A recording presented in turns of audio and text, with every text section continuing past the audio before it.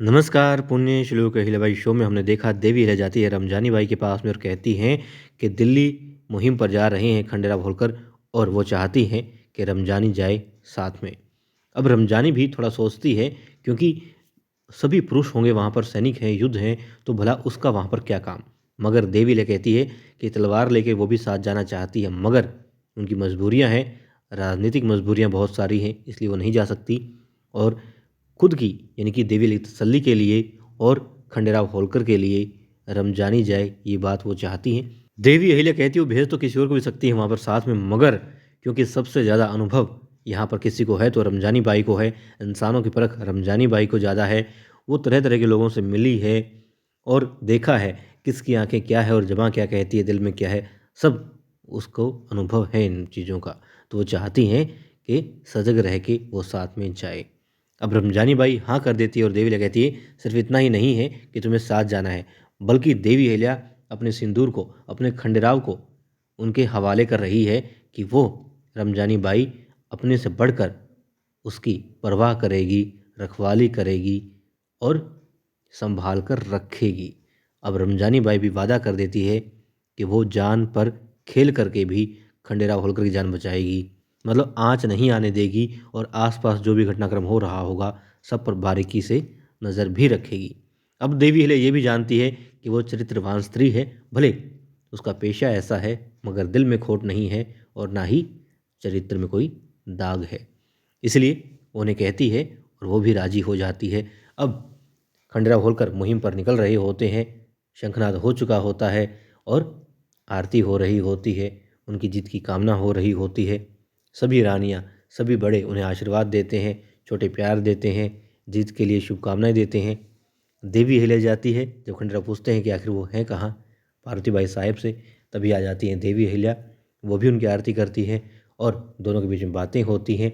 देवी अहिल्या कहती है कि आप जा रहे हैं, जल्द आना, विजय प्राप्त करना, शुभकामनाएं, और वो कामना करेंगी, प्रार्थना करेगी शिव शंभू से उनकी लंबी आयु के लिए, उनकी विजय के लिए।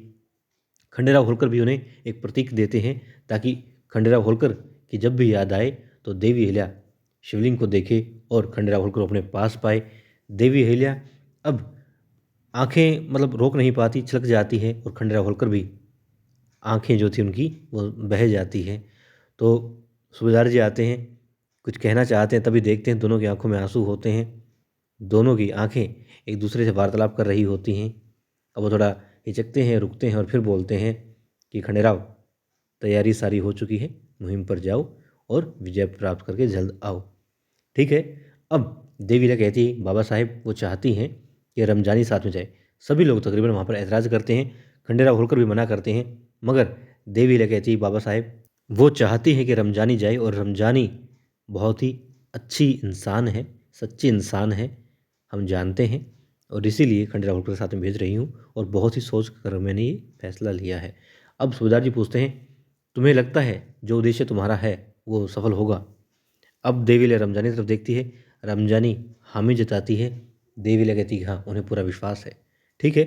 सूबेदार जी कहते हैं उन्हें कोई आपत्ति नहीं है, रमजानी साथ जा सकती है।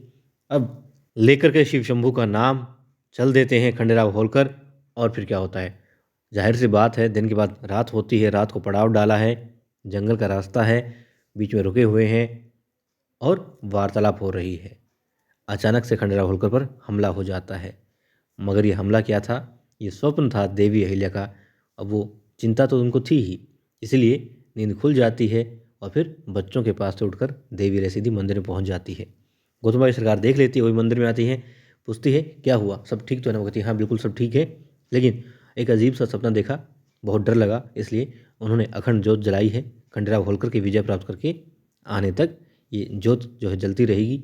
अब वो समझाती हैं, दिलासा देती हैं अपनी इस पुत्र वधू को कि सब ठीक है और खंडेराव होलकर बहुत ही बहादुर है, सब लोग जानते हैं उसकी बाजुओं की ताकत को, और चिंता की कोई बात नहीं है, कोई पैदा नहीं हुआ जो खंडेराव होलकर को मार सके या उसे नुकसान पहुंचा सके। तुम चिंतित बिल्कुल भी ना हो, हाँ प्रार्थना करो, क्योंकि सब भगवान ने ही करना है।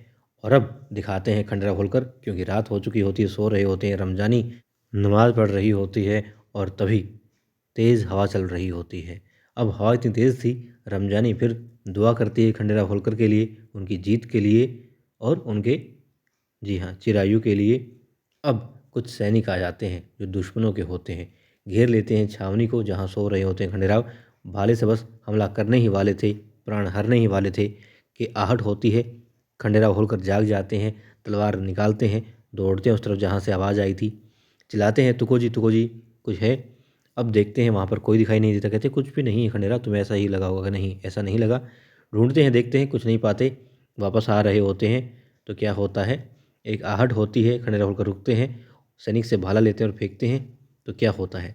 अब तुको जी कहते हैं कि वाह खंडेराव, हमने ये तो देखा था, सुना था कि शब्द भेदी बाण, मगर आहट भेदी भाला आज देख भी लिया।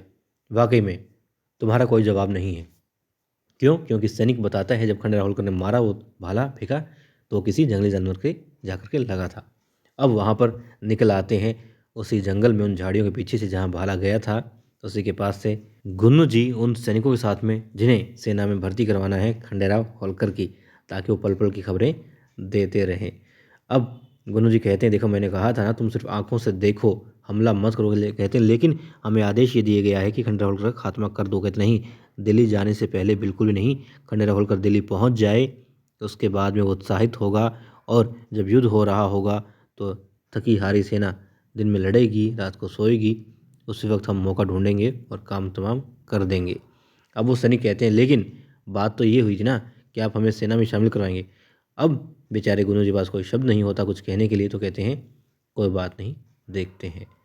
और वहाँ अब जाकर के आराम करने की बात करते हैं तुको जी खंडेराव होलकर से कि आप आराम करें, यहाँ सब ठीक है, हाँ थोड़ा चौकन्ना हम रहेंगे।